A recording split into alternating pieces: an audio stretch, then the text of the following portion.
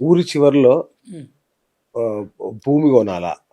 లేకపోతే సిటీ ఔట్‌స్కర్ట్స్‌లో ఏదన్నా వెంచర్‌లో ప్లాట్ కొనాలా?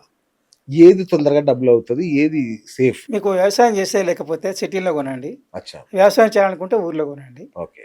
వ్యవసాయం ఎందుకంటే వ్యవసాయం నష్టదాయకం కాదు. అవును. వ్యవసాయం లాభదాయకం. ఇప్పుడు ఎంతోమంది వ్యవసాయదారులు లాభం సంపాదిస్తున్నారు. బాగా బ్రహ్మాండం. సంపాదిస్తున్నారు. బ్రహ్మాండంగా. అవును. కాబట్టి ఇలా వ్యవసాయం కూడా లాభదాయకమే. చేయగలిగితే వ్యవసాయం చేయగలిగితే ఊర్లో కొనండి. వ్యవసాయం చేయకూడదనుకుంటే ఊరి ప సిటీ పక్కన ప్లాట్ కొనండి. ఓకే. ఏదైనా పెరిగే అవకాశం ఉంటుంది. సూపర్. కాకపోతే సొంత డబ్బుతో కొనండి. అప్పు తీసుకొని అప్పు కొనకండి. తీసుకొని కొనొద్దు. ఎందుకంటే దాని మీద ఆదాయం రాదు. కానీ రైట్. మీరు మాత్రం వడ్డీలు కట్టాలంటే మళ్ళీ నష్టపోయే అవకాశం ఉంటుంది. రైట్.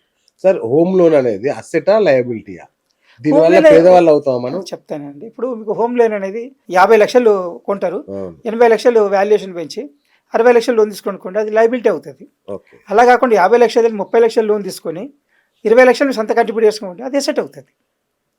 పర్ఫెక్ట్. కాబట్టి మీకు మీ సొంత డబ్బు ఎంత ఉందనేది చూడండి అక్కడ. హ్మ్. మీ సొంత డబ్బులో 50% కంటే ఎక్కువ మీ సొంత డబ్బు ఉంటేనే బెటర్. హ్మ్.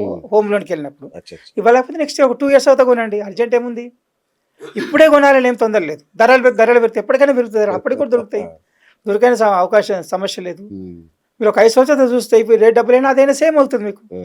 కానీ మన డబ్బు లేకుండా కొనడం మాత్రం ఎట్టి పరిస్థితిలో మొత్తం అప్పు తీసుకోకుండా మాత్రం 70 కరెక్ట్ కాదు. 50% ఎక్కువ తీసుకోవడం మాత్రం ఖచ్చితంగా ఫైనాన్షియల్ ప్రాబ్లమ్ వచ్చే అవకాశం ఉంది. దాంతో పాటు ఎన్నో మానసిక సమస్యలు, ఆర్థిక సమస్యలు కరెక్ట్. ఎన్నో సమస్యలు వచ్చే అవకాశం ఉంటుంది.